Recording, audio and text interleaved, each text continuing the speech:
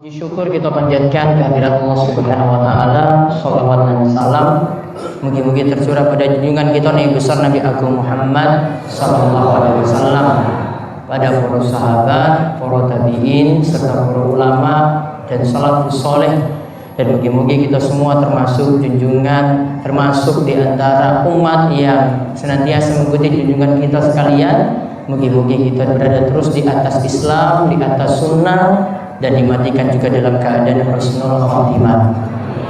Di kesempatan sore hari ini, alhamdulillah kita bisa bertemu lagi dengan hadirnya Ustadz Dr. Firanda Andirja yang bersedia hadir di Pesantren Darus Sholihin ini untuk kedua kalinya, setelah sebelumnya kalau tidak salah 3 tahun yang lalu Ustadz pernah hadir di sini di saat beliau berkunjung ke Jogja, mampir juga ke Darus Sholihin, namun dulu tempatnya di Masjid Jami Al-Adha yang lawas, yang lama, yang dulu hanya memuat beberapa jamaah saja. Alhamdulillah beliau bersedia hadir lagi untuk kesempatan sore hari ini. Sedikit tentang beliau, Ustaz Firanda itu lulusan saking Arab Saudi, saking Universitas Islam Madinah, doktor dalam bidang akidah. Lalu beliau semasa kuliah dahulu juga jadi pengisi ceramah berbahasa Indonesia di Masjid Nabawi. Pundi Masjid Nabawi? Pundi Pak? Ten Panggang napa ten Madinah? Madinah. Ya wis paham. Namun urung tau rono ta? Oh iya urung. Sesok mungkin muka umroh atau haji. Terus saat ini beliau aktif ngisi juga di Radio Roja dan Roja TV, dan ceramah-ceramah beliau kita sering temukan juga di YouTube, dan beliau juga mengisi di berbagai kota. Dan pada musim haji beliau juga diberi kesempatan oleh pemerintah kerajaan Saudi Arabia, walaupun beliau telah lulus namun beliau tetap dipersilahkan untuk mengisi saat musim haji untuk jamaah-jamaah haji yang ada di Masjid Nabawi juga. Tema pada siang hari ini insya Allah kita akan membicarakan tentang pesona bidadari surga. Semua pengen masuk surga? Pengen nggih? walaupun punya utang. Itu. Ya wis utang ki wis wingi ta wis rampung. Utangnya pun rampung dereng. Kok piye to ngaji ki? Nah, nantinya beliau akan membahas yang pertama tentang kenikmatan surga terlebih dahulu. Baru masuk nanti juga ada pembahasan bidadari surga yang nanti beliau akan bahas. Apakah nanti beliau akan menyinggung juga barangkali tentang apakah istri juga nanti akan jadi bidadari di surga ataukah tidak? Atau barangkali bahwa bapak kepingin, wah saya nggak mau lagi dengan istri saya di dunia, saya pengen yang lebih ayu, nggak cerewet di rumah, maka pengen ganti untuk istri yang lebih baru. Tunggu aja nanti pembahasan dari beliau. Silahkan, mohon selama pengawasan ini dimulai, tidak selfie dulu, kameranya disimpan, nggak rekam dulu, makanya sudah ada kamera situ saking Yofit, saking Rumah Iso TV itu nanti akan dimuat secara resmi. Jadi kan gak usah syuting dulu, nih. Apalagi kameranya lawas. Ya. Pingin bagus nanti sudah direkam langsung. Paham nggih? Jadi kamera disimpan dulu, nggak usah selfie, nggak usah rekam dulu, nih. Buka catatan, terus dicatat nanti yang perlu untuk dicatat faedah-faedah dari beliau nantinya. Lalu silahkan nanti ada waktu untuk bertanya. Ada yang bisa lewat kertas, ada juga yang nanti bisa bertanya di nomor radio DS 107,8 FM tadi sudah disebutkan.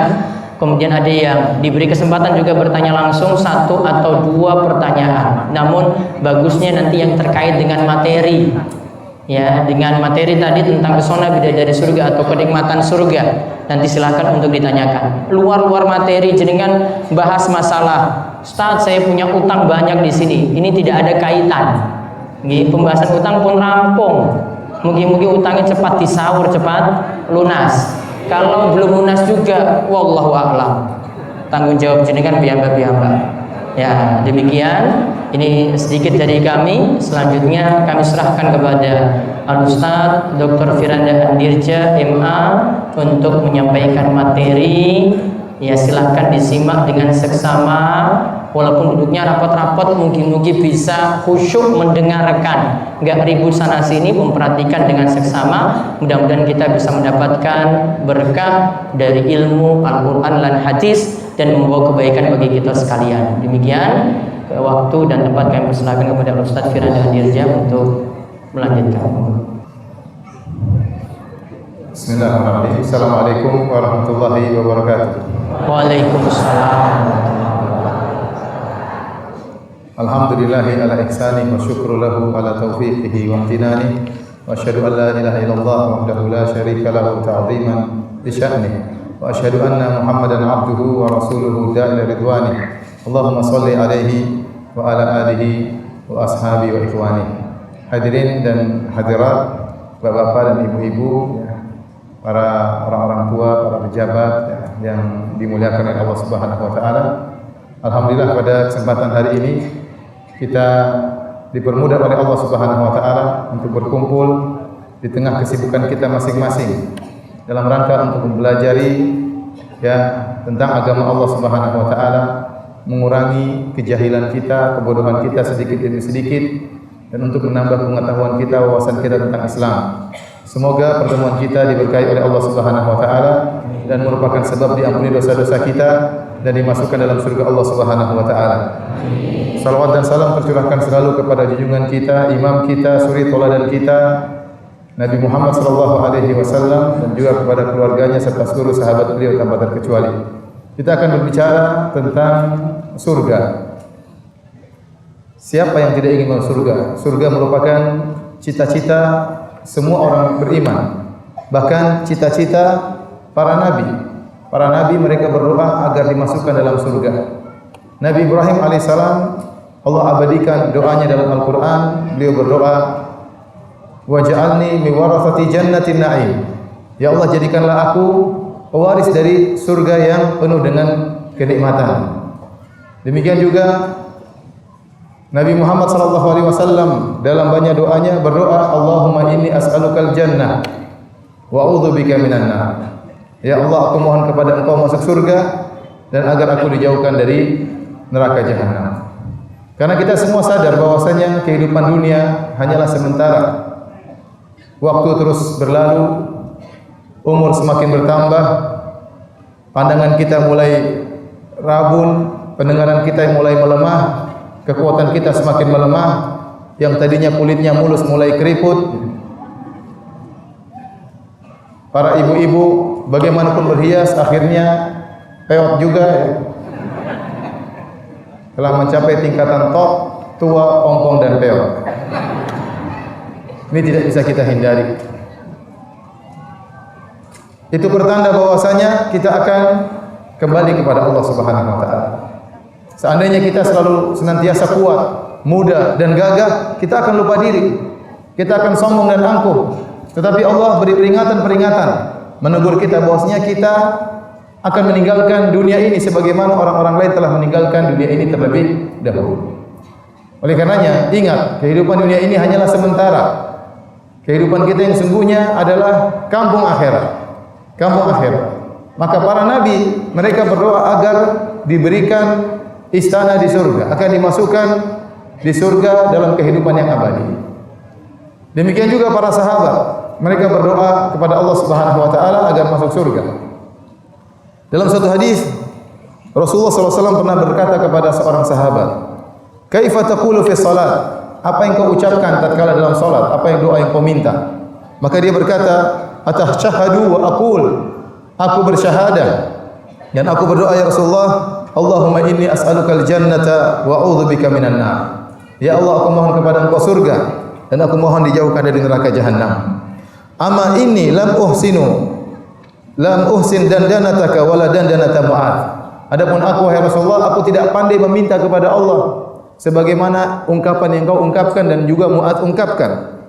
Maka Nabi SAW bersabda, haulaha nudandin. Kami juga demikian, saya dan Mu'adz, kami juga berdoa minta agar dimasukkan ke dalam surga dan dijauhkan dari neraka jahanam. Makanya Nabi SAW menyuruh kita minta surga. Kata Nabi SAW, idza sa'altumullah fas'aluhul firdaus fa innahu a'lal jannah. Kalau kalian minta kepada Allah, maka mintalah untuk masuk di surga Firdaus. Karena surga Firdaus adalah surga tertinggi. Jadi Rasulullah SAW menyuruh kita untuk memiliki cita-cita yang tinggi. Kalau minta kepada Allah, minta surga yang tertinggi. Ustaz, kalau tidak dikabulkan, ya kalau tidak dikabulkan itu turun yang agak bawah. Tapi jangan minta, ya Allah, masukkan saya meskipun hanya di pelataran surga. Jangan. Karena kalau di pelataran tidak dikabulkan, jeblos neraka jahanam. Makanya harus punya cita-cita yang tinggi. Ingin masuk ke dalam surga yang tertinggi. Ini wasiat dari Nabi SAW.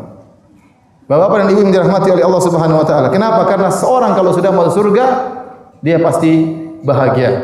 Dia pasti bahagia. Segala keletihan, segala kesusahan, segala kepayahan itu semua dialami oleh manusia sebelum masuk surga. Kalau sudah masuk surga, tidak ada kesedihan sama sekali. Makanya Allah Subhanahu wa taala berfirman, "Laqad khalaqnal insana fi kabad." Sungguh kami telah menciptakan manusia dalam kepayahan. Dan demikianlah manusia berpindah dari satu kepayahan yang lain. Dia tatkala dalam perut ibunya membuat payah ibunya. Dikandung selama 9 bulan, ibunya payah, bapaknya payah, susah. Tatkala dia keluar juga dengan kepayahan, hidupnya juga dengan kesusahan. Orang tua mengurusnya dengan kesusahan. Kemudian tatkala dia dewasa pun dia harus menghadapi problematika kehidupan sampai banyak hutang ya. Kemudian juga kalau mau menikah juga perlu perjuangan, harus kumpulkan uang untuk bisa beli mahar bagi istrinya, untuk berikan uang kepada mertuanya. Kemudian terkadang dia sakit, terkadang dia bahagia, terkadang dia menderita. Belum lagi kalau dia menghadapi sakaratul maut, kesulitan yang dia hadapi dengan sangat payah. Kemudian tatkala dia meninggal, masuk dalam alam barzah, juga mengalami kesulitan. Didatangi oleh malaikat Munkar dan Nakir dan akan ditanya, diuji. Kemudian kalau dia dibangkitkan pada hari kiamat kelak di padang mahsyar, dibangkitkan dalam kondisi tidak berpakaian, belum disunat, tidak memakai alas kaki. Kemudian matahari diturunkan dalam jarak 1 mil, akan dia hadapi semuanya dengan kepayahan, keringat bercucuran. Kemudian dia akan dihisap oleh Allah Subhanahu wa taala, dimintai pertanggungjawaban atas segala perbuatan yang pernah dia lakukan di dunia. Itu pun dia hadapi dengan kepayahan. Kemudian akan ditimbang amal kebajikannya dibandingkan dengan amal perbuat keburukannya. Kemudian setelah itu dia harus melewati sirat, jalan menuju surga. Yang jalan tersebut, jembatan tersebut ahaddu minas sayfa adaqu minas sya'ar. Lebih tajam daripada pedang dan lebih halus daripada rambut. Kemudian di samping jembatan tersebut ada kalalib, besi-besi yang tajam yang siap menggait dia dimasukkan dalam neraka jahanam. Semuanya dihadapi dengan kepayahan. Kapan kepayahan itu seluruhnya hilang? Tatkala dia menginjakkan kakinya di surga, maka hilang seluruh kepayahan. Maka dia bahagia kalau sampai kakinya di surga. Selama belum masuk surga, hidup kita penuh dengan kebahagiaan dicampur dengan kesusahan. Dan itulah sifat kehidupan di dunia. Siapapun orangnya, sekaya apapun, dia pasti pernah sedih, dia pasti pernah khawatir, dia pasti pernah ketakutan. Mau apakah rakyat jelata, ataukah pejabat, ataukah presiden, semuanya pasti mengalami. Jangan disangka banyak ibu-ibu saja yang punya hutang. Pejabat juga punya hutang. Jangan disangka cuma ibu-ibu saja yang sakit perut. Bahkan orang kaya juga mencret seperti orang miskin ya. Semuanya mengalami sakit, ketakutan, kekhawatiran ya. Itu semua adalah sifat kehidupan di dunia. Adapun kalau masuk surga maka semuanya hilang. Maka Allah Subhanahu wa taala berfirman, ya, udkhulul jannata la khaufun 'alaikum wa la antum tahzanun. Masuklah kalian ke dalam surga, tidak ada kekhawatiran sama sekali dan tidak ada kesedihan sama sekali. Kenikmatan yang sempurna. Rasulullah SAW bersabda tentang orang yang masuk surga. Kata Nabi SAW, yuqalu li ahlil jannah, dikatakan kepada penghuni surga, innalakum antashibbu antahyaw fala tamutu abada. Kalian masuk surga, kalian akan hidup selama-lamanya, tidak akan mati selama-lamanya. Wa antashibbu fala tahramu abada. Kalian akan muda selama-lamanya dan tidak akan tua selama-lamanya.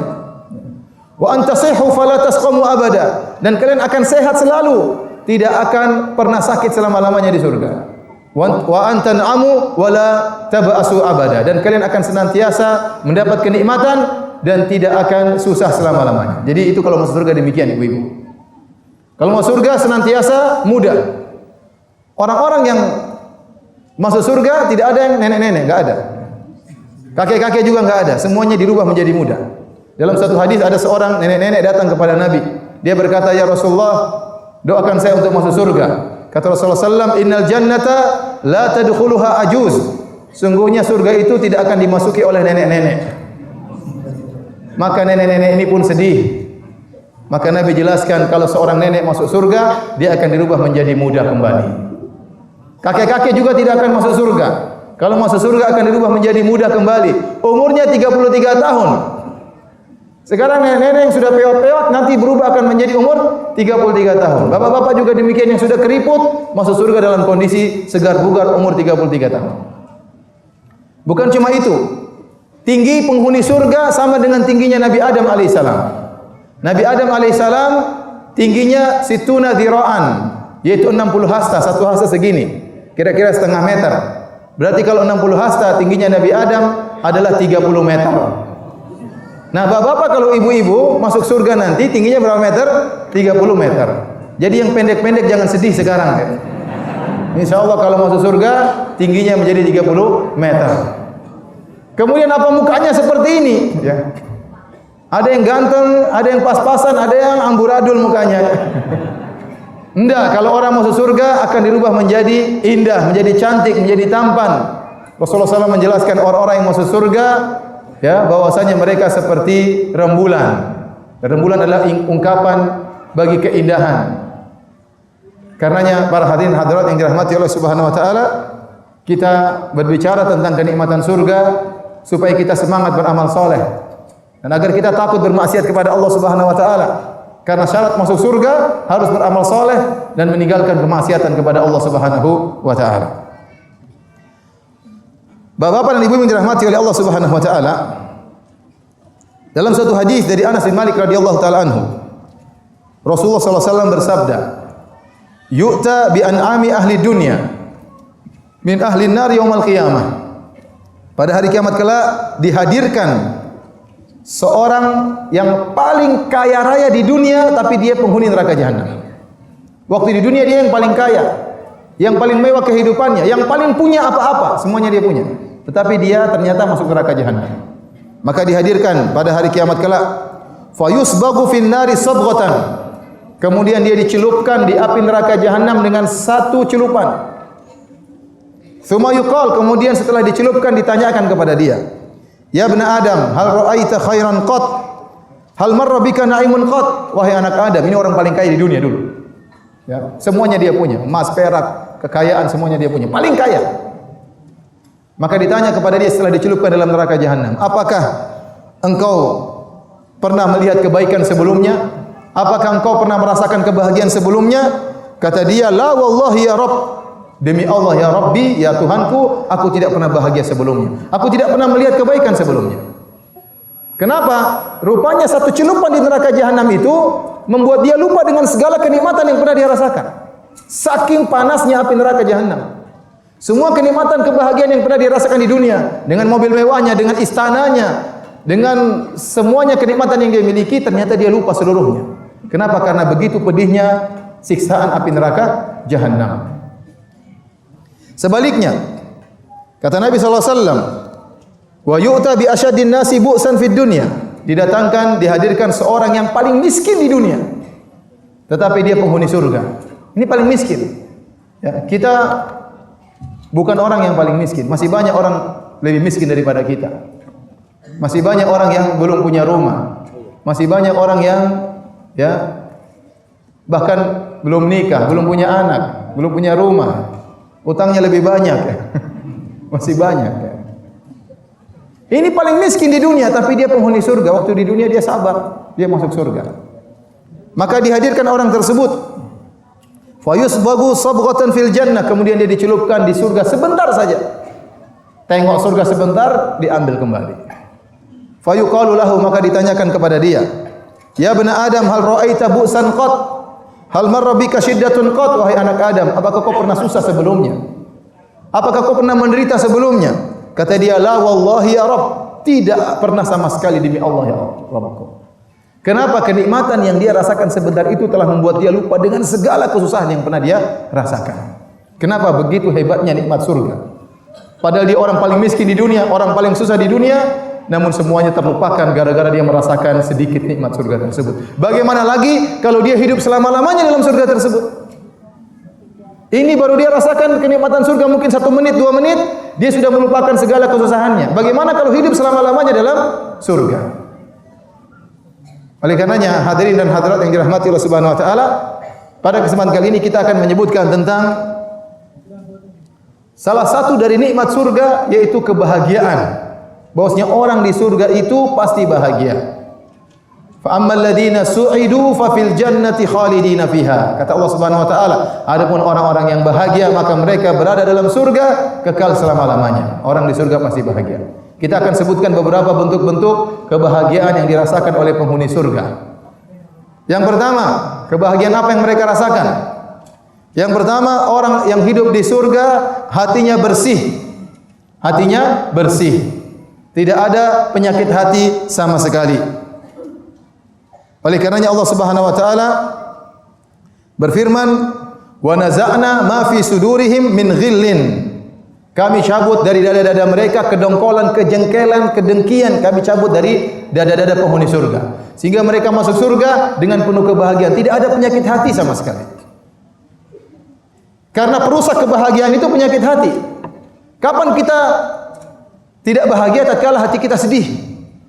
Contoh, dalam hati kita ada dongkol, ada jengkel, ada dendam, kita enggak bahagia. Orang yang paling bahagia orang yang bersihkan hatinya di dunia ini. Kalau orang hatinya tidak bersih, dia sudah punya rumah. Lihat rumahnya orang lebih mewah, hasad, dengki. Menderita atau tidak? Menderita, padahal dia punya rumah mewah. Dia sudah punya mobil, lihat orang punya mobil lebih bagus, hasad, dengki lagi, cemburu, sakit lagi hatinya, hilang kebahagiaannya. Dia sudah punya istri, lihat orang istrinya lebih cantik, dia dongkol. Apa urusan ente itu istri orang, ngapain ente dongkol? Dia dongkol sehingga dia bahagia. Seperti itu. Lihat kelebihan orang lain, dia hasad, maka dia tidak akan pernah bahagia seperti ini. Contoh orang punya penyakit hati, suka dendam, tidak mudah maafkan. Kalau punya masalah, dipikir terus. Punya masalah sama suami, punya masalah sama istri, punya masalah sama mertua, punya masalah sama tetangga, dipikir terus, jengkel. Tidak mudah memaafkan. Sebelum tidur dia ingat-ingat. Susah tidur akhirnya. Menderita, tidak bahagia. Tapi kalau hatinya bersih, mudah memaafkan. Suaminya salah mudah dia maafkan, istrinya salah mudah dia maafkan, tetangganya salah dia mudah maafkan, dia hidup dengan tentram. Yang paling menderita seorang kalau dia punya masalah sama orang yang dekat dengan dia. Ini paling menderita orang ini. Apalagi dia tidak maafkan orang tersebut. Kalau kita punya masalah sama orang jauh, misalnya ibu-ibu tinggal di Gunung Kidul punya masalah sama orang tinggal di Papua, enggak jadi masalah, enggak pernah ketemu. Tapi kalau punya masalah sama suami, terus kita tidak maafkan suami kita, wah ketemu jengkel tiap hari. Suami juga begitu, kalau punya masalah sama istri, tidak dia maafkan istrinya, tiap hari ketemu istrinya, ya itu aja istrinya. Sedih dia, hatinya dongkol.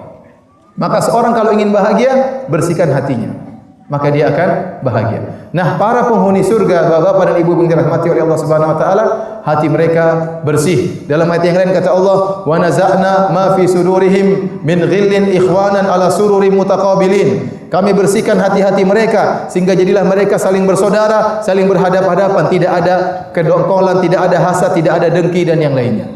Bagaimana mereka mau dengki sementara masing-masing sibuk dengan kenikmatannya? Masing-masing sibuk dengan kebahagiaannya, masing-masing sibuk dengan bidadarinya, masing-masing sibuk dengan kekayaannya.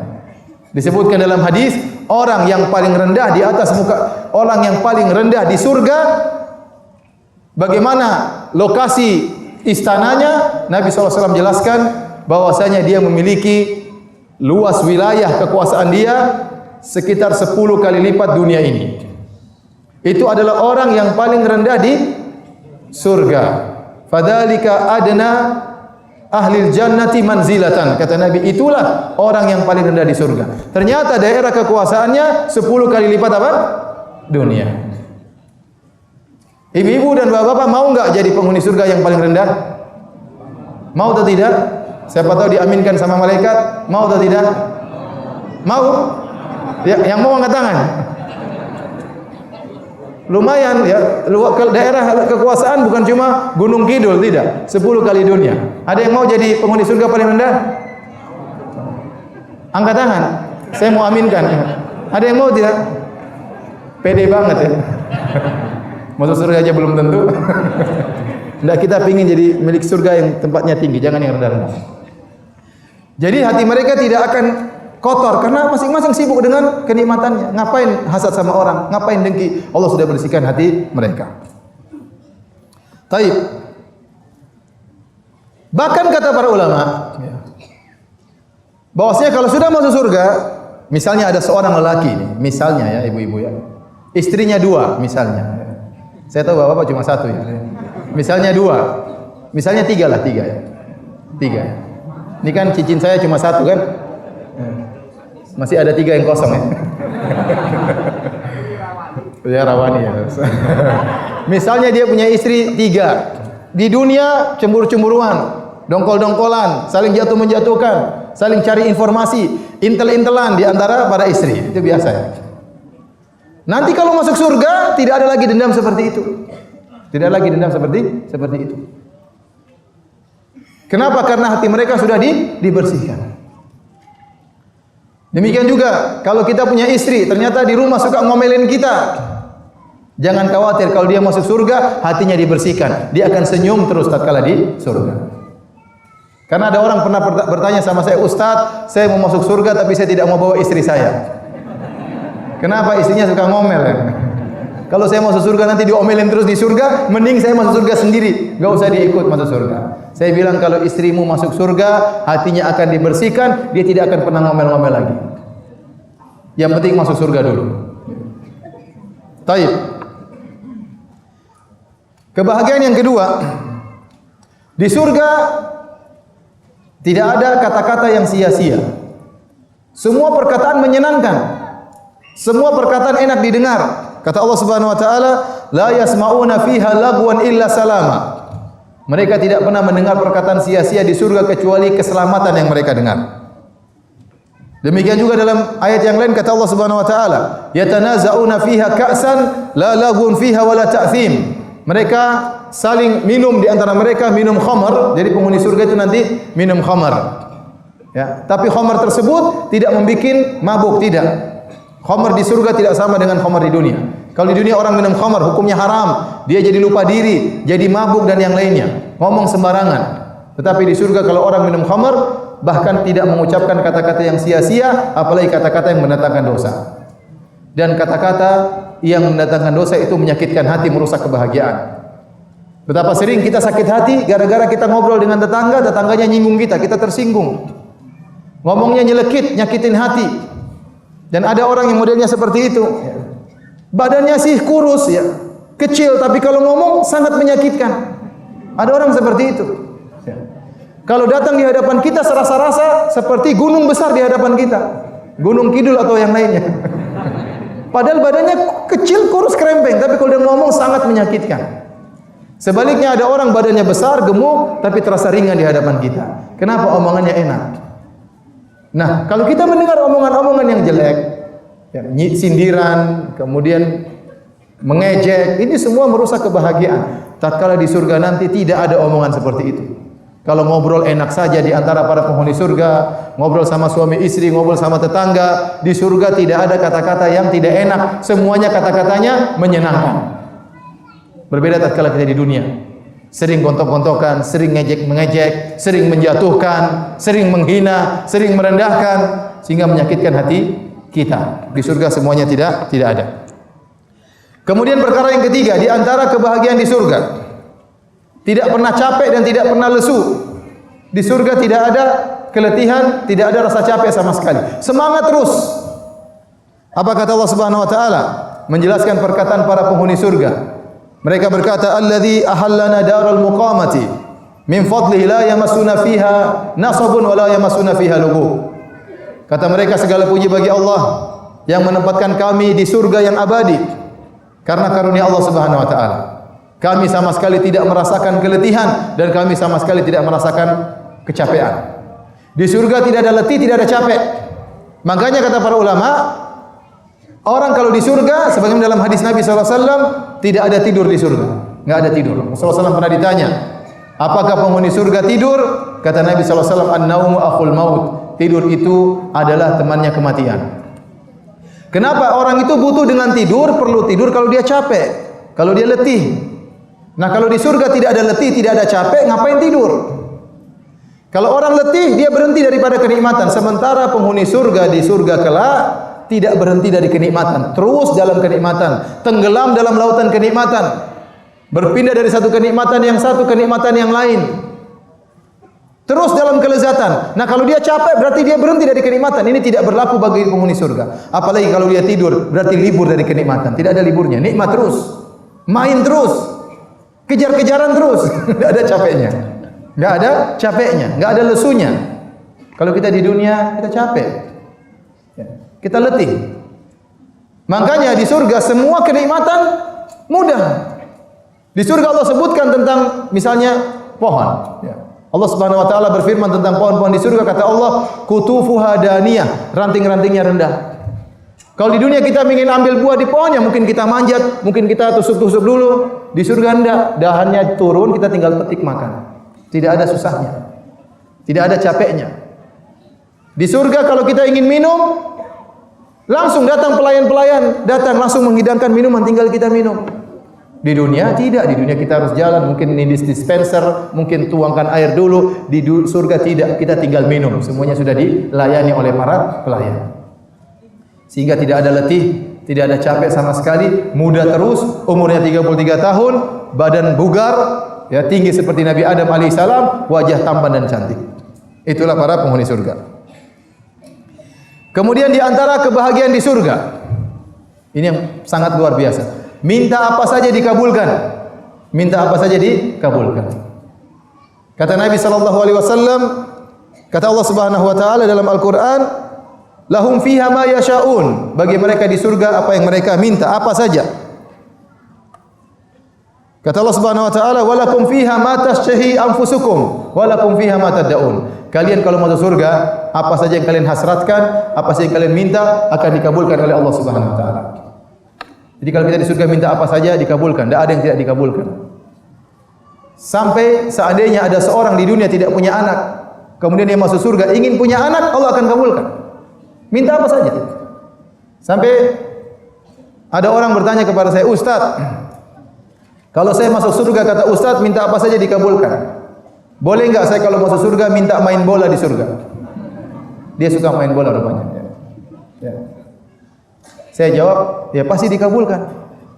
Kalau kau minta main bola pasti dikabulkan. Tapi apakah sempat kau pikir main bola di sana?" Sebenarnya di sana banyak bidadari. Terus siapa yang mau kau ajak main? Masing-masing sibuk dengan bidadarinya. Tetapi minta apa saja pasti dikabulkan. Bahkan di antara yang menakjubkan, di antara kenikmatan surga, kebahagiaan surga, semua yang kita minta dikabulkan tidak pakai lama, langsung dikabulkan tanpa pakai lama. Karena menunggu itu merusak kebahagiaan. Kita saja kalau pergi ke restoran, kemudian kita lapar, kita pesan makanan. Kalau yang masak itu lama, merusak kebahagiaan. Nunggu. Sering kita bilang, "Pak, jangan lama-lama ya." Itulah di dunia. Siapapun dia, raja atau presiden atau siapapun pasti nunggu, pasti nunggu. Adapun di surga tidak pakai nunggu. Apa yang kita minta langsung hadir di hadapan kita, tidak pakai lama. Dalilnya ada satu hadis dari Abu Hurairah radhiyallahu taala anhu, anna Nabi sallallahu alaihi wasallam kana yauman yuhaddits. Pada suatu hari Nabi sallallahu alaihi wasallam menyampaikan tentang hadis Nabi sallallahu alaihi wasallam. Wa indahu rajulun min ahli al-badiyah. Tahu-tahu di sisi Nabi ada seorang Arab Badui, Arab desa ya, bukan Arab kota. Arab desa itu ya lain dengan Arab kota. Kemudian Rasulullah SAW berkata, "Inna rajulan min ahli al-jannah ista'zana rabbahu fi zara." Sungguhnya nanti di surga ada seorang laki-laki minta izin kepada Allah untuk bisa bercocok tanam di surga. Dia ingin bertani di surga. Faqala lahu, maka Allah berkata kepada dia, "Alasta fi ma syi'ta?" Kamu kan minta apa saja pasti dikabulkan. Kenapa minta bertani di surga? Kan minta apa saja dikabulkan. Kata dia, "Bala, saya tahu ya Allah. Saya minta apa saja pasti dikabulkan. Walakinni uhibbu an azra." Tetapi saya lagi pingin bercocok tanam. Kayaknya ingin nostalgia. Mungkin dulu waktu masih hidup di dunia, petani atau pekebun. Dia bilang, "Saya tahu ya Allah minta apa saja pasti dikabulkan. Tapi kali ini saya ingin bisa bercocok tanam." Maka dia pun Allah berikan kepada dia ya benih biji untuk dia tanam. Kata Nabi sallallahu alaihi wasallam, "Fabadara at-tarfa nabatuhu wastiwa'uhu wastisaduhu fakana ka'amthalil jibal." Maka dia pun meletakkan benih tersebut, sebelum dia mengejapkan mata, sebelum dia mengedipkan mata, tiba-tiba langsung tumbuh, langsung panen, langsung besar seperti gunung. Sebelum dia mengedipkan mata. Kenapa? Karena kenikmatan di surga tidak pakai nunggu. Langsung. Maka setelah Nabi SAW menyampaikan hal tersebut, tiba-tiba Arab desa tadi komentar. Dia mengatakan, "Wallahi la tajidu illa Quraisyan aw Ansariyan fa innahum azabu zara." Ya Rasulullah, itu orang yang minta bercocok tanam pasti orang Quraisy atau orang Ansari karena mereka petani waktu di dunia. Adapun kami bukan petani. Jadi nanti bapak-bapak ya, kalau pas masuk surga dengar ada seorang berkata, "Ya Allah, saya minta gudeg." Terus Allah bilang, "Bukankah kau minta apa saja mau?" "Iya, tapi saya ingin makan gudeg." Itu pasti orang Jogja. Kalau Gunung Kidul makanan. Tadi jangan ngomong walang ya. Hah? Makan walang. Walang. Pokoknya kalau ada ibu-ibu minta walang, itu pasti orang Gunung Kidul itu. Jadi boleh saja kita nostalgia di dunia, pengin apa sih dikabulkan, mau minta gudeg. Tapi kalau saya di sana saya malas minta gudeg, rugi ya. Minta yang lain. Jadi lihat, tidak pakai nunggu, begitu pengin langsung dikabulkan, langsung panen. Beda kalau di dunia kita tanam sesuatu, nungguin, siramin, nunggu ada hama kita, gangguan kita hilangkan, nunggu, terkadang tumbuh, terkadang rusak. Di akhirat tidak ada demikian. Kenikmatan langsung dirasakan tanpa ada penungguan sama sekali. Di antara kebahagiaan di surga, tidak ada kotoran sama sekali, tidak ada bau-bau busuk. Semuanya bersih. Allah Subhanahu wa taala berfirman, bagi penghuni surga Allah siapkan wa azwajun mutahharah, istri-istri yang disucikan. Jadi ibu-ibu kalau masuk surga suci, tidak ada kotorannya sama sekali. Tidak ada haidnya, tidak ada nifasnya, tidak buang air kecil, tidak buang air besar, tidak ada upilnya, tidak ada keteknya, bersih semuanya. Enggak ada tai matanya, tidak ada kotoran kupingnya, enggak ada. Itu hanya di dunia. Makanya Rasulullah SAW menjelaskan dalam hadisnya bahwasanya ahlul jannah la yatabawwalun wa la yatagawwatun, la yabulun wa la yatagawwatun. Wa la yamtakhitun, mereka tidak buang air kecil, mereka tidak buang air besar, mereka tidak ingusan, tidak. Bersih. Bersih, tidak ada baunya sama sekali. Karena bau enggak enak itu merusak pemandangan. Percuma ada istri cantik tapi kalau dekati ternyata bau ketek, enggak enak. Enggak enak. Ternyata mau dicium mulutnya bau, enggak sikat gigi, enggak enak rasanya. Jadi bau-bauan itu mengganggu kebahagiaan. Nah, penghuni surga itu mereka tidak buang air kecil, tidak buang air besar. Lah Ustaz, bukankah mereka makan di surga? Iya. Mereka makan sepuas-puasnya. Tapi makanan tersebut bukan untuk jadi kotoran, tidak. Paling banter kata Nabi SAW, kalau mereka sudah kenyang, mereka hanya bersendawa. Itu pun bau misik yang harum. Kalau kita di dunia kita makan bawang, keluar baunya bawang busuk. Kalau makan telur, bau telur busuk. Di surga tidak demikian. Mereka makan yang apa mereka sukai. Berbagai macam, jadi mereka makan sepuas-puasnya, tapi tidak ada kekenyangan, tidak ada. Kelezatan yang mereka rasakan. Beda kita di dunia kalau makan enak, paling makan sepiring, 2 piring sudah nggak bisa makan lagi. Padahal banyak makanan yang enak, perut sudah nggak kuat. Di surga ente makan nggak berhenti, 1 minggu makan terus nggak, tetap aja nggak ada masalah. Kenapa? Karena makan dan minum bukan untuk kelaparan, tapi karena untuk berlezat-lezat. Orang masuk surga tidak akan lapar. Allah berkata kepada Nabi Adam alaihissalam, innalaka alla taju'a fiha wa la ta'ra wa annaka la tathma'u fiha wa la tatha. Wahai Adam, kalau kau masuk surga, kau tidak akan lapar dan kau tidak akan haus. Oleh karenanya penghuni surga tatkala makan dan minum di surga bukan karena kelaparan, tapi karena berlezat-lezat. Dan mereka tidak buang air kecil dan juga tidak buang air besar. Taib. Terakhir kita bahas bidadari ya. Kita sampai pada intinya. Bagaimana tentang bidadari surga. Ibu-ibu, tolong dengarkan baik-baik. Karena ibu-ibu kalau jadi wanita yang salehah akan menjadi bidadari di surga. Kalau tidak, jadi bidadari dari goa hantu. Harus jadi wanita yang salehah supaya menjadi ratu bidadari, bersaing dengan bidadari yang ada di sana. Saya ceritakan dulu tentang sifat-sifat bidadari. Allah sebutkan dalam Al-Quran dan Nabi sebutkan dalam banyak hadis tentang sifat-sifat bidadari surga. Di antaranya Allah menyebutkan, ya, kata Allah Subhanahu Wa Taala, fihinna qasiratut tarf, lam yatamithunna insun qablahum wala jan. Bidadari surga sifatnya di antaranya menundukkan pandangan. Menundukkan pandangan. Apa maksudnya menundukkan pandangan? Ada 2 tafsiran di kalangan para ulama. Yang pertama, dia menundukkan pandangan suaminya. Saking cantiknya, saking indahnya, saking moleknya sampai sang suami tidak perlu melirik kepada wanita lain. Kenapa? Karena dia sudah puas dengan apa di hadapannya. Sangat cantik jelita. Tafsiran kedua, sang bidadari tundukkan pandangan dia, tidak pernah melihat laki-laki lain. Kenapa? Yang dia lihat cuma suaminya saja. Dia tidak pernah membandingkan suaminya dengan laki-laki lain. Apalagi selingkuh. Apalagi punya hubungan gelap dengan laki lain. Apalagi berhubungan lewat Facebook, WhatsApp dengan kekasih lama. CLBK, cinta lama bersemi kembali. Cinta lama, apalagi bubarkan keluarga. Ini banyak terjadi, Ibu, hati-hati. Nah, bidadari surga tidak pernah melihat kepada laki-laki lain. Yang dia lihat adalah suaminya tok. Maka suaminya sangat bahagia. Kenapa? Karena suaminya tidak pernah dibandingkan dengan lelaki yang lain. Ini sifat bidadari. Kemudian kata Allah Subhanahu wa taala, lam yatamithunna insun qablahum wala jan.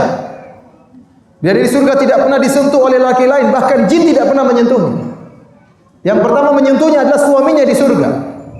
Dan wanita yang seperti ini cintanya kepada suaminya sempurna. Kenapa? Dia tidak tahu laki-laki lain. Jadi kalau Anda masuk surga bertemu dengan bidadari, Anda ini laki-laki paling tampan di mata bidadari karena bidadarinya enggak pernah lihat laki-laki lain. Bagaimanapun model Anda jadi yang paling tampan. Karena dia tidak pernah lihat laki-laki lain. Tidak pernah disentuh laki-laki, tidak pernah jin aja enggak pernah nyentuh. Jangankan manusia, jin aja enggak pernah nyentuh. Ini sifat bidadari, tundukkan pandangan, tidak pernah nengok-nengok yang lain. Yang kedua, karena kata Allah Subhanahu wa taala, ka'annahunnal yaqutu wal marjan. Para bidadari tersebut seperti al-yaqut. Al-yaqut maksudnya adalah intan berlian, al-marjan maksudnya adalah seperti mutiara. Maksudnya apa? Bidadari tubuhnya itu bening dan putih, kulitnya sangat putih, putih sekali. Ibarat mutiara yang tersimpan dalam cangkangnya. Kita lihat kalau ada mutiara putih dalam cangkangnya, putihnya itu mulus, tidak terkontaminasi, tidak terkotori dengan titik-titik, enggak. Selama ini dia terjaga dalam cangkangnya. Beda dengan putih manusia wanita di dunia. Pasti ada bintik-bintiknya, terkadang ada tai lalatnya, terkadang tai lalatnya besar, terkadang kecil, ya. Putihnya enggak sempurna. Wanita bidadari di surga putihnya sempurna, tidak ada titik-titiknya sama sekali, enggak ada. Seperti mutiara dalam cangkangnya. Oleh karena dalam hadis Rasulullah SAW menyebutkan, ya, yura bayadu saqaiha min wara'i sab'ina hulla. Kata Nabi SAW, bidadari tatkala di surga dia pakai gaun. 70 gaun dia pakai. 70 baju dia pakai untuk bertemu dengan suaminya di surga. Meskipun dia sudah pakai baju 70 gaun, saking putihnya betisnya, tetap saja kelihatan putih betisnya di balik 70 gaun. Saking putihnya. Kalau bapak-bapak masuk surga, bapak ketemu bidadari. Terus bidadari tersebut hadir, pakai baju 70 lapis. Ternyata lihat betisnya putih, kelihatan dari luar. Bapak pasti enggak sabaran untuk merobek 70 gaun tersebut. Saking putihnya di balik 70 gaun kelihatan. Ibu-ibu jangan khawatir, kalau mau surga putih seperti bidadari. Kalau sekarang ya terima aja. Baik. Di antara sifat para bidadari bening, tubuhnya bening. Nah, ini yang sekarang kita tidak bisa mikirkan bagaimana beningnya bidadari. Tapi Allah sebutkan bening tubuh mereka. Bahkan Nabi SAW sebutkan di antara beningnya bidadari, kata Nabi SAW, kabiduha mir'atuhu. Bahwasanya hati sang bidadari adalah cermin bagi suaminya. Maksudnya bagaimana? Kalau suaminya lagi berhadapan dengan istrinya dari bidadari, wajahnya kelihatan dalam hatinya. Saking beningnya. Bagaimana? Kita enggak paham. Bahkan dalam hadis kata Rasulullah SAW, yura mukhu saqaiha min wara'il lahmi minal husni. Kata Nabi SAW, atau minal hasan. Kata Nabi SAW, saking beningnya tubuh bidadari, sampai-sampai sumsum tulangnya kelihatan di balik dagingnya. Kalau kita bayangkan, pikir genderuwo ini. Iya. Kok bisa perempuan kelihatan sumsumnya? Tapi Rasulullah SAW bantah. Kata Rasulullah SAW, minal hasan, karena saking cantiknya. Kalau kita sudah renungkan, kita nggak bisa renungkan bidadari seperti apa ini. Kok bisa sumsumnya kelihatan? Kalau antum ada cewek datang kemudian saking putihnya kelihatan sumsumnya, antum nggak berani. Ini pasti setan. Tapi di surga tidak. Dia saking cantiknya seperti itu. Begitu moleknya bidadari. Dalam hadis kata Rasulullah sallallahu alaihi wasallam, "Lau anna imra'atan min ahli jannah itala'at ala ahli dunya." Kalau ada seorang wanita dari penghuni surga nongol di dunia, la adha'at ma bainahuma, maka akan terang benderang antara langit dan bumi. Taruhlah Gunung Kidul mati lampu seluruhnya. Jam 10 malam. Keluar gelap, tidak kelihatan apapun. Tiba-tiba bidadari nongol. Nongol keluar wajahnya, terang benderang Gunung Kidul. Tidak pakai listrik ya. Luar biasa. Bukan cuma itu. Wala mala'at ma bainahuma riha. Bahkan antara langit dan bumi penuh dengan bau yang semerbak, yang harum. Kenapa keluar dari tubuh bidadari tersebut? Keharuman. Wajahnya bersinar, bercahaya. Ini sifat bidadari. Kata Nabi SAW, wala nasifuha ala ra'siha khairu minad dunya wa fiha. Kerudung yang ada di atas kepalanya lebih baik daripada dunia dan seisinya. Itu baru kerudungnya, lebih baik daripada dunia dan seisinya. Apalagi pipinya. Ada yang bilang, Ustaz, tolong kirimkan kepada saya fotonya bidadari. Siapa yang mau difoto? Enggak ada. Bidadari ini luar biasa. Ya. Tidak ada dua.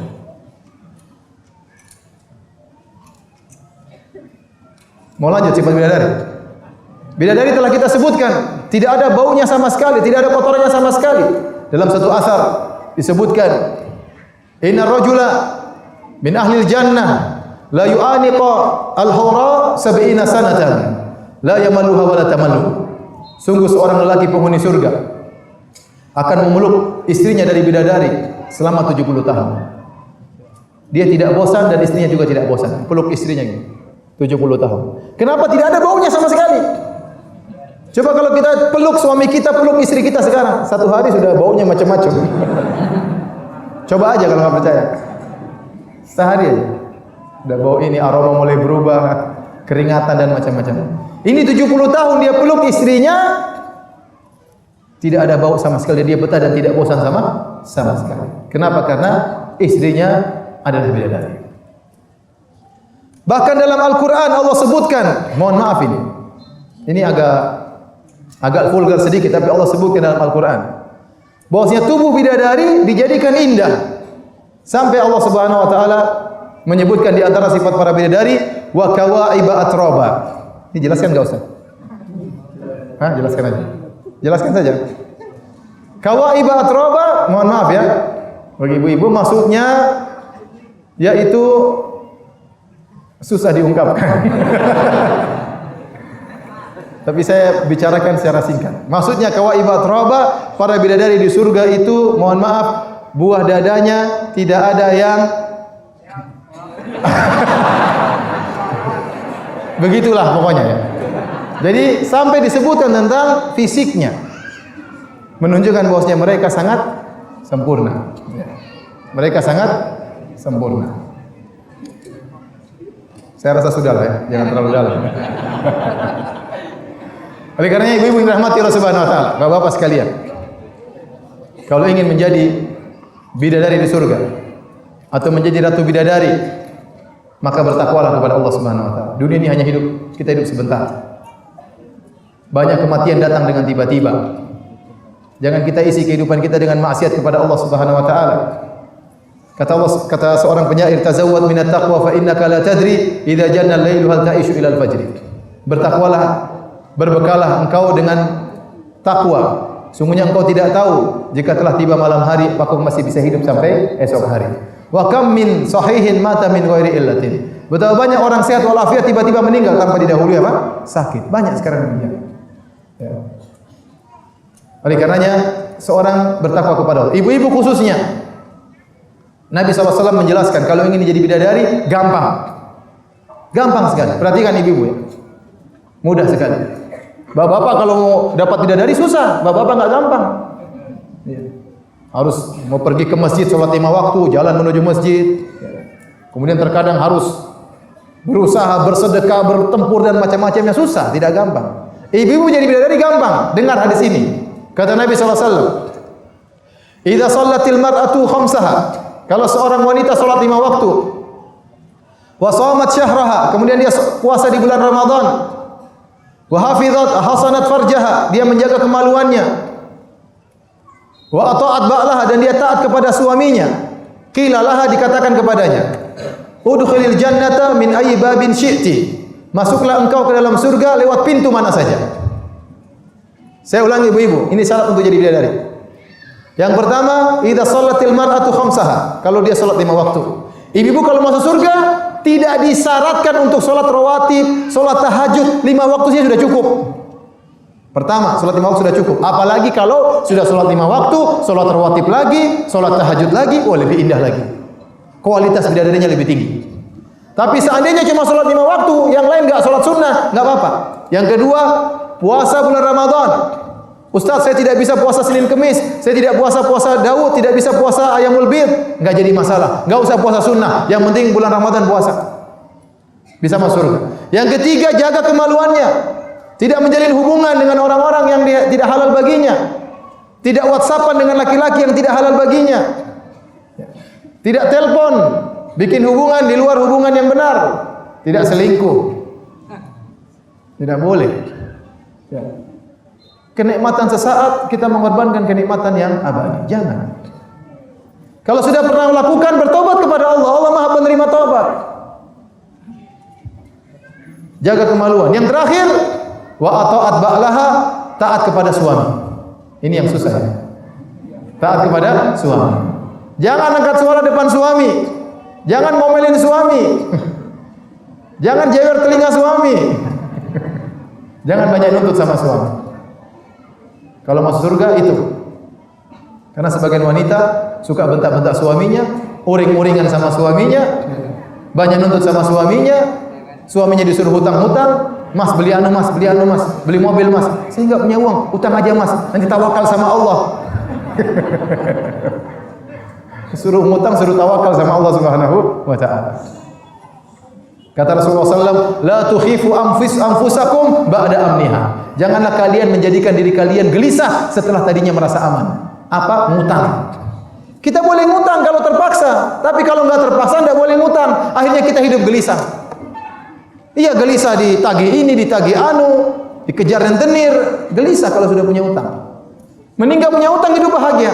Kita boleh ngutang, bukan nggak boleh. Boleh, tapi kalau dalam kondisi terpaksa. Jadi saya ingatkan, ciri wanita masuk surga, pertama apa tadi? Salat 5 waktu. Yang kedua, puasa bulan Ramadan. Yang ketiga apa? Jaga kemaluan. Bapak-bapak diam, saya nggak tanya bapak-bapak. Yang keempat, saya ulangi apa? Masya Allah, taat pada suami. Luar biasa. Semoga ibu-ibu menjadi wanita-wanita solehah, dimasukkan dalam surga Allah Subhanahu wa taala, dijadikan bidadari, bahkan ratu bidadari di sisi Allah Subhanahu wa taala. Demikianlah apa yang disampaikan pada kesempatan kali ini. Selanjutnya saya kembalikan kepada Ustaz Abdul Qasim Hafizahullah taala. Alhamdulillah, materi telah disampaikan oleh Ustaz Firanda Dirja tentang kenikmatan-kenikmatan di surga, juga bidadari-bidadari yang ada di surga. Terakhir, poin penting terkhusus bagi ibu-ibu agar bisa masuk surga, apa tadi 4 amalan? Yang pertama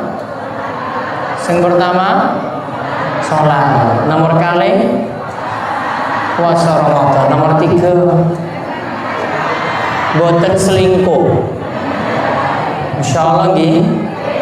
Ya, nomor sekawan taat pada suami, enggak minta-minta terus, nerimo, enggak banyak protes, jadi istri yang manut dalam hal apapun. Maka tadi kata Ustaz tadi, itu jalan mudah bagi ibu-ibu untuk masuk surga.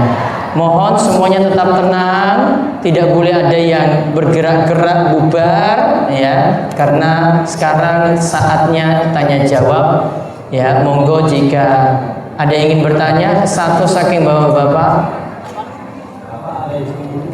ibu-ibu satu, ibu-ibu dulu. Saking kertas boleh. Ya, monggo Bu. Assalamualaikum warahmatullahi wabarakatuh. Waalaikumsalam warahmatullahi wabarakatuh. Yang kami tanyakan sesuai dengan temanya, apakah nanti misalnya wanita solehah kemudian dijamah masuk surga itu menjadi bidadari, ya. Kemudian apakah di dalam surga itu memang sudah ada tersedia bidadari sendiri, ataukah bidadari itu berasal dari para wanita-wanita yang solehah? Itu yang pertama. Kemudian yang kedua, misalnya ada pasangan suami istri sama-sama insya Allah masuk surga semuanya. Amin, amin. Ya. Apakah itu nanti di dalam surga itu juga tetap menjadi pasangan suami istri, atau nanti masing-masing dapat pasangan lagi? Terima kasih. Assalamualaikum warahmatullahi wabarakatuh. Waalaikumsalam. Langsung Ustaz dijawab. Saking Terima kasih atas pertanyaannya. Adapun yang pertama, apakah di surga sudah ada bidadari-bidadari selain dari bidadari-bidadari dunia? Jawabannya iya. Jadi orang lelaki yang masuk surga, ya, dia akan disediakan bidadari yang Allah ciptakan langsung di surga. Inna ansha'nahunna insya'a faja'alnahunna abkaran. Kata Allah, kami jadikan bidadari langsung. Dari tersebut tidak mulai dari kecil kemudian merangkak, ingusan, enggak, langsung jadi besar. Allah sediakan bagi para laki di surga. Di samping mereka juga akan mendapati bidadari istrinya yang dari dunia. Dan para ulama mengatakan bidadari yang dari istri di dunia lebih afdal daripada bidadari yang Allah ciptakan langsung di surga.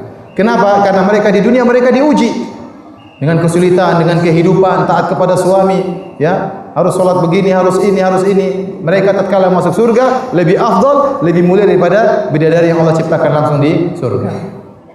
Kemudian pertanyaan kedua, apakah kalau seorang mau surga maka masing-masing punya pasangan baru? Jawabannya tidak. Kalau ternyata istrinya masuk surga, suaminya juga mau surga, maka akan menjadi pasangan suaminya. Kecuali waktu suaminya meninggal, misalnya ada seorang janda, suaminya soleh meninggal dunia. Kemudian dia kawin lagi sama laki-laki yang lain. Laki-laki yang lain juga soleh. Maka kata Nabi SAW, wanita itu berpasangan dengan suaminya yang terakhir. Maka kalau dia nikah lagi sama laki-laki lain soleh, maka di surga dia akan ketemu dengan suaminya yang terakhir.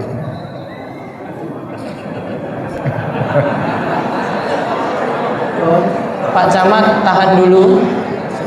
Ada ibu-ibu kalau gitu terakhir. Bapak manggil nggih. Ini judulnya bidadari loh. Jadi ibu-ibu saja, monggo Bu. Assalamualaikum warahmatullahi wabarakatuh. Waalaikumsalam warahmatullahi wabarakatuh. Nama Ibu Suliman dari Maine.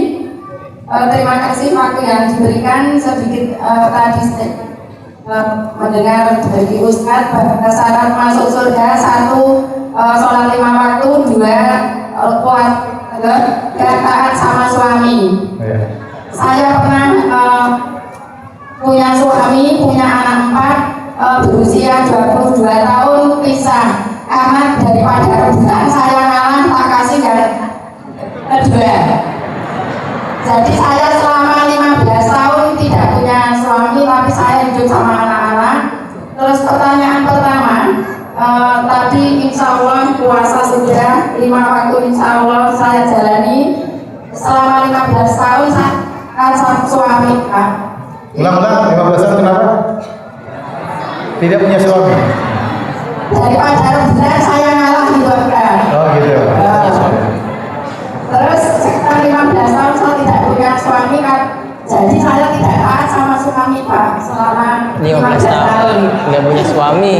Mudah-mudahan saya minta doanya karena saya ini juga sakit-sakitan, mohon sama Bapak didoakan saya segera sehat dan sembuh, menjalani ibu dan seterusnya menjadi nanti saya menjadi bidadari surga. Amin. Terus yang kedua, terima kasih sekali karena ada kesempatan ini saya bisa membawa rombongan dan merasa senang sekali. Kapan-kapan lagi mudah-mudahan bisa diberi kesempatan untuk bertemu, dan rasanya saya di sini selama ini nggak merasa sakit, Bapak. Mudah-mudahan pulangnya dari sini saya sehat dan sehat selalu sampai akhir hayat hidup saya. Amin, amin. Terima kasih, hanya itu Bapak. Mohon maaf. Assalamualaikum warahmatullahi wabarakatuh. Waalaikumsalam warahmatullahi wabarakatuh. Selamat datang Pak Imaun Wahyudi, Wakil Bupati Gunung Kidul, Unrawu, di tengah-tengah kita untuk mengikuti pengawasan bersama Ustadz Firanda. Juga hadir sebelumnya pejabat saking Muspika Kecamatan Panggang, saking pimpinan daerah Muhammadiyah, saking Kantor Urusan Agama Kecamatan Panggang. Iya Pak, ngawan terus. Iya Ustadz, tadi pertanyaan dari Ibu, nggak punya suami. Ya, jadi Rasulullah SAW waktu menyatakan tentang syarat supaya masuk surga dari pintu mana saja yang diinginkan, ada syarat keempat, wa ta'at ba'alaha, itu taat kepada suaminya. Maksudnya yaitu kalau dia punya suami. Kalau dia nggak punya suami, ya sudah, tidak apa-apa, syarat itu gugur. Kalau dia nggak punya suami, syarat itu apa? Gugur. Apalagi dia ngalah. Mudah-mudahan ibu diberikan kesehatan oleh Allah Subhanahu wa taala, dimasukkan ke dalam surga, masuk dari pintu mana saja yang ibu kehendaki. Tadi juga sebagai info ada pengawasan-pengawasan di pesantren bisa dihadiri bagi ibu-ibu bapak yang baru hadir setiap malam Kamis gini wonten pengawasan badang Isa, terus malam Sabtu di Karangrecek Masjid Al Azhar badang Isa juga, terus ada pengawasan yang keliling di beberapa kecamatan. Saat ini sudah sampai ke Rongkop untuk pengawasan-pengawasan Ahad pagi. Ya, selanjutnya Ustaz, amalan yang paling mudah untuk masuk surga apa saja Ustaz? Amalan banyak ya, amalan yang banyak yang bisa masukkan orang dalam surga. Namun ada amalan-amalan pilihan yang memudahkan seorang masuk dalam surga. Contohnya adalah berbakti kepada kedua orang tua. Kalau orang tua kita masih hidup, maka itu adalah jalan termudah untuk masuk surga. Rasulullah SAW tatkala didatangi oleh seorang sahabat kemudian berkata, "Ya Rasulullah, saya ingin berjihad, ingin berperang." Kata Rasulullah SAW, "Ahajul walidat, apakah dua orang tua masih hidup? Bapak ibu masih hidup?" Kata dia, "Masih ya Rasulullah." Kata Rasulullah SAW, "Fa fihima fajahid." Maka berjihadlah dalam berbakti kepada kedua orang tuamu. Ini dalil bahwasanya berbakti kepada kedua orang tua termasuk jihad. Perlu perjuangan, perlu pengorbanan waktu, pengorbanan harta, tapi pahalanya luar biasa. Demikian juga ada seorang laki minta izin untuk berperang. Kata Nabi SAW, "Ahayatun walidatu." Apakah ibu masih hidup? Kata dia, "Masih hidup ya Rasulullah." Kata Rasulullah SAW, "Ilzam rijlaha fasamal jannah." Lazimilah kaki ibumu, di situ surgamu. Di situ surgamu. Jadi kalau kita punya orang tua, dua orang masih hidup, itu dua pintu surga. Layani mereka, berkhidmat kepada mereka berdua, insya Allah kita mudah masuk surga, sangat mudah. Makanya Muhammad Ibn Munkadir pernah berkata, "Bitu aghmizu rijlai ummi wa bata akhi Umar yusalli fama sarrani anna lailati bilailatihi." Kata dia, saya semalaman mijit kaki ibuku, sementara saudaraku sholat malam. Tapi kalau suruh tukeran pahala saya enggak mau. Kenapa? Karena mijit kaki ibu itu pahalanya besar. Ini secara umum baik bapak-bapak maupun ibu-ibu. Terkhususan kepada ibu-ibu, cara mudah untuk masuk surga, taat kepada suami. Tadi sudah kita singgung. Suatu hari Rasulullah SAW bertemu dengan seorang wanita. Rasulullah SAW bertanya kepada wanita tersebut, "Aina anti minhu?" Bagaimana posisimu di hati suamimu? Fa innahu jannatuki aw naruki. Sungguhnya suamimu itu adalah surgamu atau nerakamu. Kalau seorang wanita taat kepada suaminya, insya Allah mudah masuk surga. Tapi kalau seorang istri selalu membangkang kepada suaminya, maka ini berbahaya bagi dirinya. Kemudian di antara pahala yang sangat besar, salat 5 waktu. Salat 5 waktu, jangan pernah ditinggalkan. Seorang salat 5 waktu adalah modalnya, modal terakhirnya. Kalau sampai ditinggalkan sekali, dia akan mudah meninggalkan yang lain. Kalau dia gampang-gampangkan dalam salat, yang lain juga dia akan gampang-gampangkan. Maka bagaimanapun kondisi, jangan pernah meninggalkan salat 5 waktu. Nabi bersabda tentang salat 2 rakaat sebelum subuh. Kata Nabi, "Raka'atul fajri khairum minad dunya wa ma fiha." 2 rakaat sebelum subuh lebih baik daripada dunia dan seisinya. Kalau kita sholat sebelum subuh 2 rakaat, sholat qobliyah 2 rakaat, paling kita kerjakan 3 menit, paling banter 4 menit, ternyata pahalanya lebih baik daripada dunia dan seisinya. Itu baru sholat 2 rakaat sunnah. Bagaimana lagi dengan sholat subuhnya? Padahal kita tahu para ulama sepakat sholat fardu lebih afdal daripada sholat sunnah. Nah, kalau sholat sunnah pahalanya seperti ini, bagaimana lagi sholat fardunya? Ya, ini diantara ibadah-ibadah yang sangat jangan sampai kita tinggalkan agar kita mudah untuk masuk surga. Banyak amalan-amalan. Insya Allah seluruh amalan kalau kita kerjakan dengan ikhlas memudahkan kita masuk surga. Namun ini diantara hal yang saya harap agar diperhatikan. Salat. Kata Nabi SAW, tatkala ada seorang datang kepada Nabi, "Ya Rasulullah, as'aluka murafaqata fil jannah." Ya Rasulullah, aku ingin bisa menemani engkau di surga. Kata Nabi, "Awa ghairu dzalik?" Apakah tidak ada permintaan yang lain? Ini permintaan berat, menjadi teman Nabi di surga berarti surganya tinggi. Nabi tanya, "Awa ghairu dzalik?" Tidak ada permintaan yang lain? Kata dia, "Huwa dzat." Yang saya minta itu ya Rasulullah. Kata Rasulullah SAW, "Fa'inni ala nafsika bikathrati sujud." Kalau gitu tolonglah aku agar aku bisa berdoa kepada Allah. Kamu sendiri harus banyak sujud. Kamu sendiri harus banyak sujud. Orang yang bahagia, orang banyak salat, banyak sujud. Kata Nabi SAW, "Innaka lan tasjud sajdatan lillah illa rafa'aka Allahu biha darajah wa hatta anqa biha khati'ah." Kata Nabi, tidaklah engkau sujud karena Allah kecuali derajatmu akan dinaikkan dan akan dihapuskan dosa-dosamu. Semakin orang banyak sujud, dia semakin tinggi di sisi Allah. Meskipun mungkin orang lain merendahkan dia, tidak memandang dia, tapi dia sangat tinggi nilainya di sisi Allah Subhanahu wa taala. Baik, ada 2 pertanyaan lagi, ini saya pilih karena terbatasnya waktu. Ustaz, ini dari seorang jomblo ini Ustaz. Saya kesengsem dengan, saya itu suka dengan seorang akhwat bidan semester 5. Sebelum ini bidan semester 5. Sebelum ini ada seperti janjian saya dengan dia untuk nikah. Namun tunggu-tungguan sampai lulus. Namun hati saya sudah nggak merasa nyaman. Solusinya bagaimana Ustaz?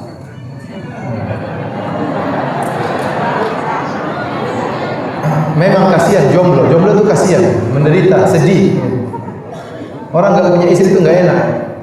Dia punya sawah ladang luas, punya mobil mewah, sawah secuil dia nggak punya. Oleh karenanya, seorang baru bisa merasakan kebahagiaan kalau dia punya istri. Kalau nggak punya istri dia nggak akan bahagia, karena Allah mengkodratkan lelaki itu kebahagiaan sesungguhnya pada istrinya. Kata Allah Subhanahu wa taala, "Huwallazi khalaqakum min nafsin wahidah wa ja'ala minha zawjaha liyaskuna ilaiha." Kata Allah Subhanahu wa taala, dialah Allah telah menciptakan kalian dari satu jiwa, itu Adam. Lalu Allah ciptakan dari Adam istrinya, liyaskuna ilaiha, agar Adam merasa tentram dengan istrinya. Jadi kebahagiaan laki sungguhnya adalah dengan istrinya. Kalau dia bisa meraih kebahagiaan dengan istrinya, berarti dia lelaki yang bahagia. Tapi kalau ternyata dia tidak betah di rumah, pengennya keluar terus, dia tidak dapat kebahagiaan di rumahnya, cari kebahagiaan dengan temannya, main golf, main ini, main tenis dan macam-macamnya, berarti dia belum bahagia. Maka laki-laki yang sungguhnya bahagia adalah laki-laki yang bisa tentram dengan istrinya. Itu laki-laki yang bahagia. Karena sebagian orang mereka menumbalkan kebahagiaan istrinya karena demi untuk dunia. Kerja terus, istrinya tidak dia pedulikan. Hilang kebahagiaan di rumahnya. Maka kasihan sama penanya tersebut ya. Miskin, menderita. Bagaimana caranya? Kalau sudah berjanji apalagi, maka jangan ditunda-tunda. Jangan ditunda-tunda. Segera persiapkan segalanya, pergi temui walinya, ketemu dengan ayahnya. Utarakan isi hati, sampaikan penderitaanmu. Jangan lupa bawa hadiah. Kalau bisa berikan motor, alhamdulillah. Kalau bisa berikan hadiah buat mertua, alhamdulillah. Kemudian bismillah, tawakal kepada Allah Subhanahu wa taala. Saya ulangi, seorang menikah tidak syarat harus punya rumah dulu. Kalau harus punya rumah dulu, kapan kita mau menikah? Tapi yang penting punya uang untuk kontrak rumah. Kalau sudah punya uang untuk kontrak rumah, bismillah maju. Rezeki insya Allah tambah. Apalagi kalau sudah punya anak, rezekinya tambah lagi. Semakin banyak anak, semakin banyak apa? Rezeki. Kalau banyak istri saya tidak tahu. Jadi jangan tunda-tunda. Ya. Apalagi zaman sekarang, fitnah luar biasa. Lihat cewek sana lewat cewek sini. Kalau kita nggak punya istri, gimana? Stres. Segera menikah. Wahai jomblo-jomblo sekalian, ya, segera menikah. Jangan ditunda-tunda. Demikian juga saya ingatkan kepada para wali-wali, para orang tua, jangan susahkan pernikahan. Kalau kita susahkan putri kita menikah, harus pilih calon yang luar biasa, nanti bahaya. Terjadi kerusakan, terjadi perzinahan, terjadi perselingkuhan dan yang lainnya. Kalau kira-kira calon kita sudah datang orang yang soleh, udah punya sumber pencarian rezeki, udah nikahkan saja, bismillah. Insya Allah Allah akan tambahkan rezeki baginya. Baik, ini yang terakhir Ustaz. Tadi disinggung tentang istri lebih daripada satu. Bolehkah di surga laki-laki poligami lebih daripada 4? Laki-laki di surga poligami istrinya lebih daripada 4. Oh, iya. Kurang kayaknya Ustaz ya. Kurang dengan satu kayaknya. Iya, iya. Ibu-ibu bahagia kalau cita-cita suaminya poligami di akhirat. Jangan pedulikan. Ya. Yang jadi masalah kalau dia ingin poligami di dunia, ibu-ibu yang sedih. Selama cita-citanya masih poligami di akhirat, biarin aja. Biarin aja. Ya. Kalau di dunia kita tahu suami maksimal hanya boleh apa? 4. Tidak boleh lebih dari 4. Setiap laki-laki punya apa? Punya kertas, ya. Punya apa namanya? Biasanya belangko 4. Punya belangko 4. Saya belangkonya baru diisi 1. 3 masih kosong. Setiap bapak juga demikian. Punya formulir 4. Formulir kita baru diisi 1. Tapi sisa 3-nya masih kosong, tapi sudah dirobek sama istri saya.